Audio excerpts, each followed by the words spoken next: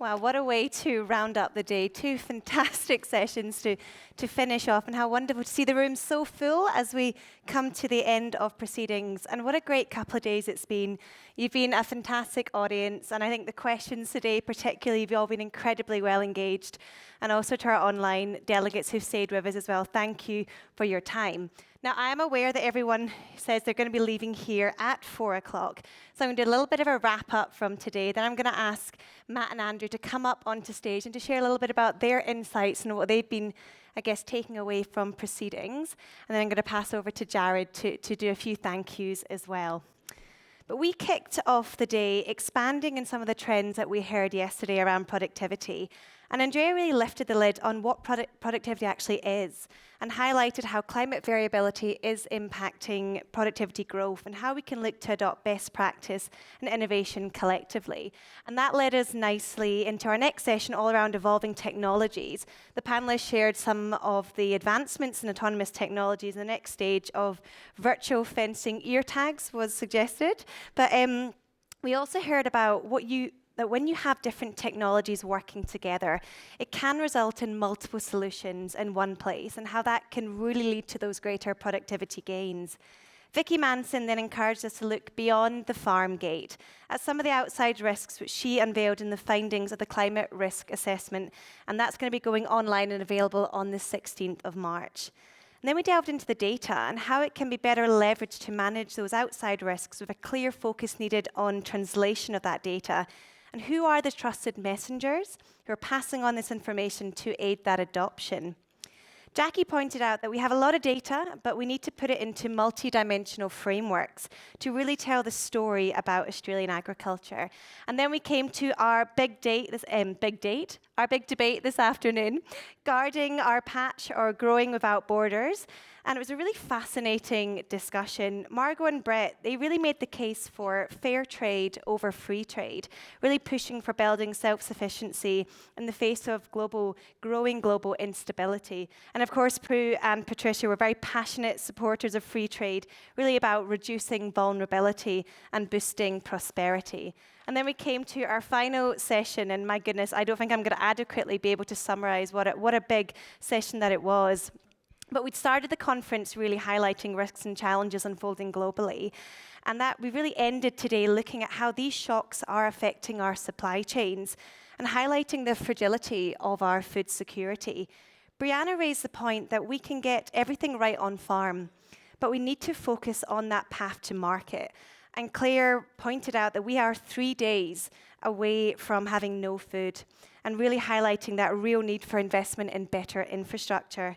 And Nick, he posed a question that got us all thinking and got us all really asking more questions. And that was about what is the purpose of our food system? Is it to produce more food? A lot of conversations around productivity. Or is it to feed people well and to really think about the nutrition that really Maximo got us all thinking about at the start of day one, but also to look after our land and our communities. And there are some thoughts from me. I'm not an economist. I'm coming in really learning as I go from this conference. But I'm going to bring up two gentlemen that are economists to hear what they've been thinking and hearing and how they've been steering the ship online over the last 2 days. So Andrew, Matt, what have you been thinking? What have been some of your key takeaways? I'll just stand here so I'm not in your way. You've touched on already. There's two words that kept popping up all the time, and even just in the last two sessions, Margot and Andre spoke about enabling productivity. And then Nick even asked a question from another angle, and even saying, well, how do we measure it? What is that best measure of productivity? And that productivity kept popping up all the way through the session, so something was pressing on my mind. And I was really pleased. If you go back to the earlier sessions yesterday with Jared Greenville, I was pleased to see the slides getting up there, because one slide, every time someone said productivity in this whole conference, that picture of the productivity gap, kind of kept coming back in my mind. And to me, it presents an opportunity and a challenge, I think, to the sector to close that gap that's widened. So that was the one, word around productivity. The second one that kept popping up as well, of course, is data. And data is something that Andrew and I deal with all the time. But for us, on our website, we've got a phrase, from data to decisions. And I think data is cool, and we love it. But even from just a farming perspective, to give data to a farmer, they don't have the time nor the inclination to actually use it in a useful way, just as the data. So it's really about turning that data into meaningful things that you can do decision-wise. And something that brings my attention to that is the fabulous tools that are out there. Yeah. That drought one, that if you didn't get a chance to see that, you've missed out, because that's the kind of thing we're talking about. ABARES does a great job at doing that. We try to do it as well in our work, is transferring that data into really strong and useful and smart decisions. Interesting. Andrew. Yeah, so one of the topics that came up quite a lot was, in our discussions with panelists and online, was misinformation and disinformation and storytelling. And this last panel really highlighted misinformation. And I don't know if Nick is still here, but clearly he's doing some form of misinformation on the stage. When I heard him using Scotland as an example for healthy eating, the country that invented deep-fried pizza, deep-fried Mars bars, surely we're either that is misinformation, disinformation, or we have fallen into the twilight zone. It did catch my attention when he did say that people don't want processed food, and my first thought, he's never been to Scotland. But in a serious note, because we do like to be serious at times, I feel that we are getting into a recession of trust. I think if we look at things like trying to tell a story about agriculture and trying to tell the truth about agriculture, it can be helped with AI. But on the opposite side of things, when you go on social media, you don't know what the truth is anymore. You don't know what you can trust. I can trust Matt because I can physically see him. I can trust Claire because I can physically see them. But now when you go on social media, if you see a video of attacks in Iran, you don't know if it's real or fake. So now you don't know what you can trust. And I think that is going to be one of the key commodities for agriculture in the coming years is trust. Yeah. And I think AI is going to be a big challenge in misinformation and disinformation. And again, I suppose I'm saying that you can't trust what you see. And now, obviously, in physical, we're getting misinformation about Scottish healthy foods. So, and of course, Andrew, I mean, I guess you've answered in itself. I was about to say to you, you've been to a few of these conferences at ABARES, you've seen some of the changes. I'm guessing AI being one of the big conversations that have shaped in the last couple of years. But what else have you seen as some of the big sort of take-homes for you that have changed since you've been attending these conferences? And I'll ask you as well, Matt. I think actually going back again to the data aspect is the removing it out of silos and the freeing up of data and the ability for that data to be downloaded and captured and manipulated yourselves. I think that's really a powerful thing, and I think the more we have that open access, open source, I think that's a real positive because it gets all that minds all over the place being able to work together collaboratively to use that data for a good purpose and good decision making. I would echo the same sentiment, but again, going back to what Matt said before, we've got a lot of information, well, probably too much information, but the work of ABARES providing that data, and we spoke to people about the fact that there is so much data available, and without ABARES data or ABS, businesses like ours can't function because we don't have the data to create those insights. But my main takeaway, again, is the misinformation. And I was surprised that there wasn't as much talk about AI throughout the day, because everywhere else we go, it's 90% of the conversation. But fantastic conference, and I think Chris is somewhere. I can't see him because of the light. Fantastic job organizing, and the rest of the team, Sarah.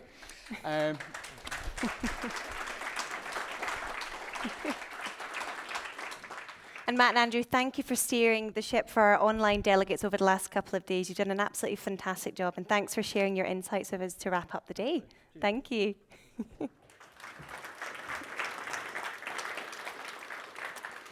And just as we're closing, I've been asked to remind everyone, if you can provide some feedback on the app on how you found the last 2 days, just so we can keep improving the event moving forward. And just to remind you all as well, all the presentations that you've been seeing, these are all going to be made available online, so you can continue to access them afterwards. And please do share your thoughts and pictures in the days that follow, and don't forget to tag ABARES in the process. And can I just finish by saying what an absolute pleasure it has been to be your MC over the last couple of days. I've come here really with not much of an understanding in so many of these topics, and I have just been so curious and fascinated celebrated, and just think that the value of the conversations in this room and what it's delivering for Australian agriculture, fisheries and forestry has been fantastic. You've been a wonderful audience to work with, both in the room and online, and I'm going to hand over to Jared to do some official thank yous before we round up. Thank you, Jared.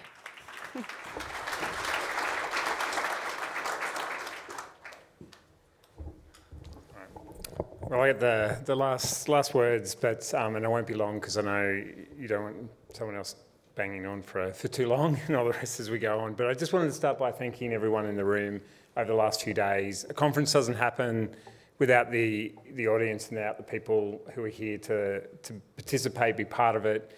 And when I spoke about that idea about, I hope it sparks ideas, connection and conversation, I really meant that. And from what I observed out during the last couple of days, it seems to have done that. So thank you very much for taking the time out. Everyone's got very busy days.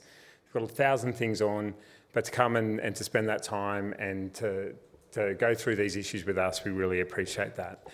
A huge thanks to the speakers, the panellists, everyone who's come and not only invested their time today, but invested their thought, their process to get and to think about the messages and the rest that we like to convey. I think we had a good contest of different ideas and explored a whole range of different things, and they brought something special, I think, to every session. I had like 1,000 different questions and different things as came up across the day, and so that was awesome. So a big thanks to all the speakers and the panellists, and maybe we give them a round of applause.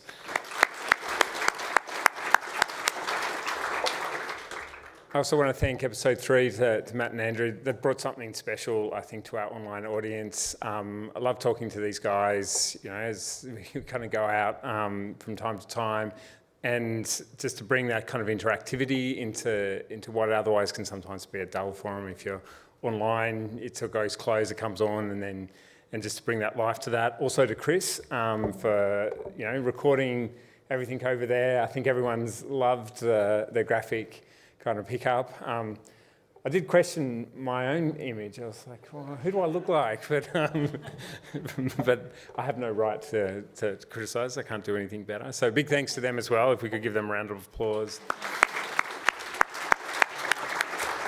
I want to say a huge special thanks to Chris and Sarah at the back and my team, but particularly Chris and Sarah who pull this all together, like behind the scenes, everything works. I'm amazed, like every time I get stressed, they've been around, they're like, oh no, it's fine, we've got it. I've never met two people who are just like, it's fine, we've got it. It's like their response to everything. And it's amazing to have that. And to all my team who put on all the content and prepare and all the preparation involved in it across the few days. And I really would love to thank them for the help. So if we could give them a round of applause, I'm making you clap a lot, I know. And lastly, to Claire, who's done a phenomenal job over the last few days, kept us on time, and kept everything happening. So thank you. And with that, conference closed. Come again next year. Thank you.